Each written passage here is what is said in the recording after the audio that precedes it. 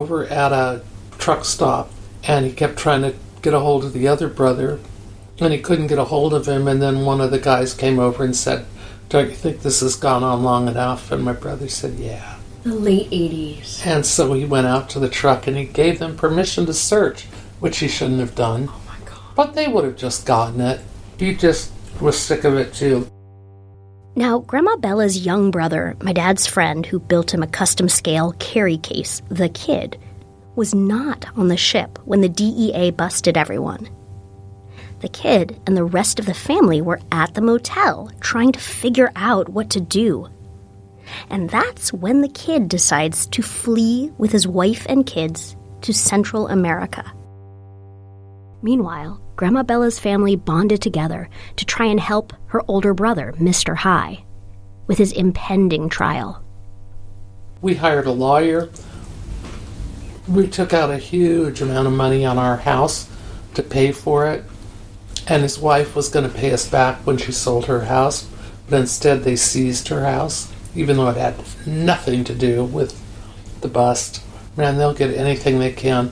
So we went into debt just like, whoa. And I learned that it is your business what your family is doing, because you pay for it too. They're not out there as an island of like, oh, leave me be, you're just paranoid, which is what the other brother liked to say to me. And it turns out I wasn't paranoid enough.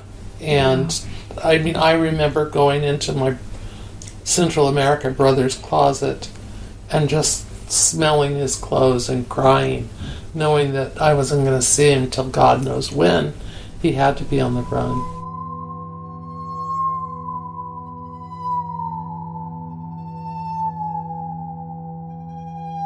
My mom and dad knew very little about this trip when it was happening. They heard about it, but they didn't know any details until now, after we talked with Grandma Bella. What was clear to my parents, and to Grandma Bella, was that the trip was poorly executed.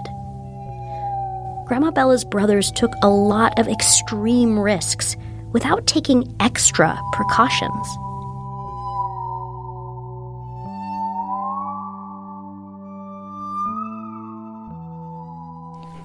I just thought they overstretched their imagination. They didn't really know what they were doing. They had, antique guns that didn't work. It wasn't properly done by the proper way. I mean, why are they taking a big boat into a big river system? That's, where there's like all those gatekeepers, the Homeland Security people. I mean, they were there then, too, the Coast Guard. You just didn't go into the 30-mile limit with your load of rifles. And, they didn't know the rules. You had to stay within your boundaries of knowing what you were doing big time. Uh-huh. Probably that's why we survived. Because we were cautious. So you felt they were not meticulous. I felt that they weren't professional. I mean, they had all the receipts for the boats, and they had nothing together. Right, like Grandma Bella told us they had made T-shirts with their smuggle name. Yeah.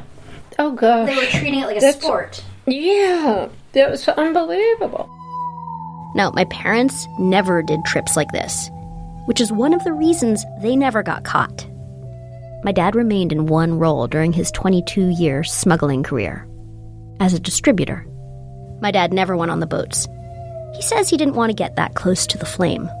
All I knew was that the mandatory minimums were absolutely Byzantine, and that just don't get caught. I mean, there was one rule.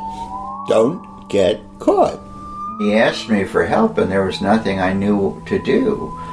It was such that I had no details of any kind other than he was scared to death, and he got out of town very quickly, and with his wife and kids. Grandma Bella's brothers were riskier than my parents and took fewer precautions.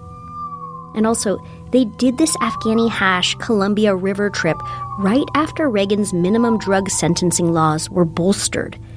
And unfortunately, they experienced the harshest consequences. Grandma Bella's oldest brother, Mr. High, got out of prison a couple years early for good behavior. Her other brother, my parents' friend, the Kid, still lives out of the country. Coming up, we hear from another counterculture smuggler I've known for 40 years. A good friend of mine who spent 3 years in a federal prison for pot. I'm Rainbow Valentine. This is Disorganized Crime. We'll be right back.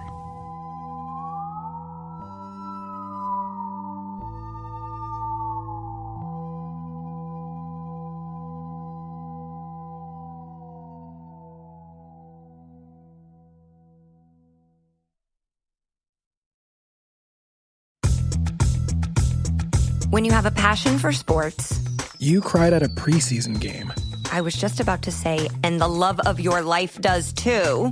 Oh boy, the passion is now turning on me. When you have an insanity for sports, and your husband does too, you find yourselves constantly debating the GOATs. So we decided to start a podcast all about this topic. It's called The Greatest. Greatest comeback, greatest sixth man, even greatest tailgate food.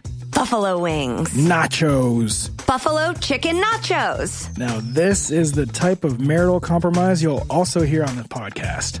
My husband, comedian CJ Toledano, and my wife, comedian Megan Gailey, and I will invite some of our favorite comedians and celebrity friends to help us discuss the greatest of all time across all the best parts of sports. So listen and follow The Greatest on the iHeartRadio app, Apple Podcasts, or wherever you listen to podcasts. Bye.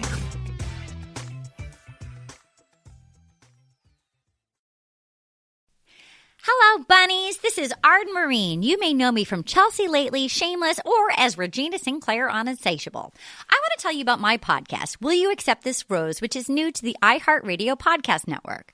On this show, we recap every season of the Bachelor franchise. Yes, that includes The Bachelor, The Bachelorette, and, most importantly, Bachelor in Paradise. Each episode, we bring in amazing celebrity guests who are Bachelor superfans to discuss the show with us, including Lance Bass, Nikki Glazer, Paget Brewster, Debbie Ryan, Rob Benedict, Lauren Lopkis, Brian Safi, Fortune Feimster, Thomas Middleditch, Theo Vaughn, Beverly D'Angelo, and more. If you watch the Bachelor franchise, you're going to love hanging with us while we get into the hot details of the show. Look, you may have other choices in Bachelor podcasts, but none that are this funny, and we truly are fans. Listen to Will You Accept This Rose on the iHeartRadio app, Apple Podcasts, or wherever you get your podcasts. When I was 16, I worked for my hippie elder friend, Gracie Albright, making thousands of pounds of tabbouleh in 5-gallon buckets for a music festival in exchange for free tickets and VIP access. And despite being up to my elbows literally in citrus-soaked cracked wheat for a week, it was the most fun I've had while doing manual labor. Okay, I've just landed in Mendocino County. There she is, driving up in her badass heavy-duty truck. If I were to cast Wonder Woman's mom, it would be Gracie Albright. Almost larger than life, Gracie Albright is strong, confident, brave, enormously compassionate, brilliant, hilarious, and the most spectacular maker of amazing large-scale things comparable to a Broadway spectacular, Burning Man installation, or Hollywood extravaganza. Gracie is the kind of person you want with you during the apocalypse because she will make sure you survive and thrive. I met her when I was 6 via my hippie theater community, the same place I met Candy Can. A couple years after I helped her make thousands of pounds of tabbouleh, thousands of pounds of pot caught up to my friend and employer Gracie Albright. She spent several years in federal prison in the 90s for pot. Now, Gracie experienced what my parents luckily avoided, and I wanted to find out how she'd been caught and what prison had been like for an ethical counterculture outlaw. Well, one of the things that really blew my mind is that when I walked in past where the glass door shut, it was actually just a big glass door. You walked in, the door went bang behind you. I got this huge pain in my breast. And I said, oh my God, Patrick Henry, give me liberty or give me death. Who knew that freedom was something you actually physically felt in your breast. My breast was sore for a few weeks until I got used to it. It was the strangest thing. It was like, I had no idea. It kind of blew me out of the water, that one.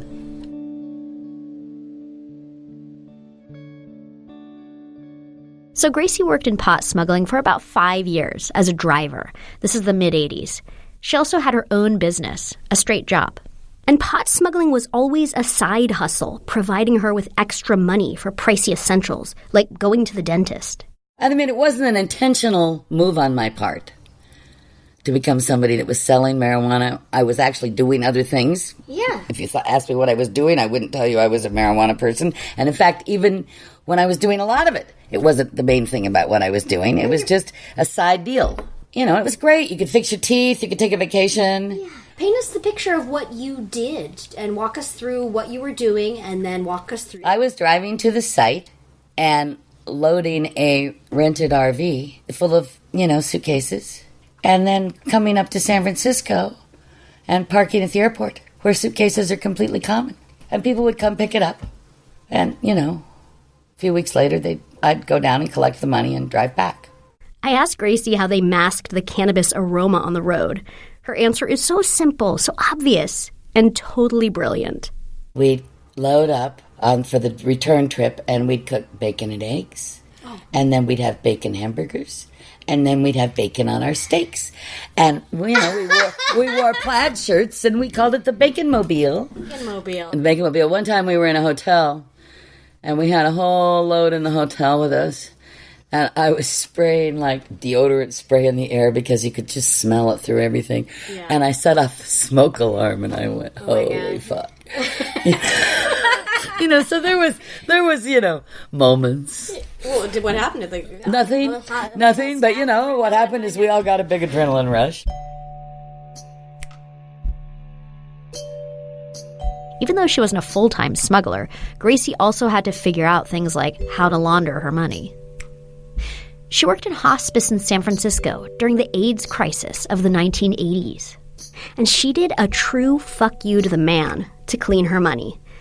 Might be one of my favorite parts of her story. So, the gay boys were really pretty pissed off. All the gay boys that were dying of AIDS. I knew them because I'd been in the Castro working hospice shifts. There was, at that time, a tremendous number of the gay population. Their mates were already dead. Their parents may not accept them. And they didn't have children yet because that hadn't gotten normalized or actualized. And so, boy, did they need hospice. And not only that, they were pretty pissed off, many of them, because, that whole thing of it's the gay disease, so it's not important to us kind of attitude that seemed to exist on some level. So, if you give more than $9,999 to a bank or to anybody, they have to say where they got it, if it's cash.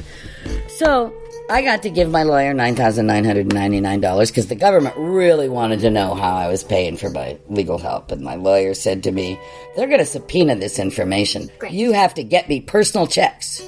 So I came home and I went, oh my God, I've got to give him, $150,000 worth of personal checks. And so I went and I gave cash. The gay boys saved me to people that were dying, the whole community, the whole Castro. Went out and found the dying boys to give me personal checks for $10,000, $15,000, $20,000, and they took the cash. And so when the government wanted to know where the money had come from, there was pictures of all the checks, but all the people that had donated were gone and dead. And it was just, they loved that they could do that they probably still did more revolutionary acts after that.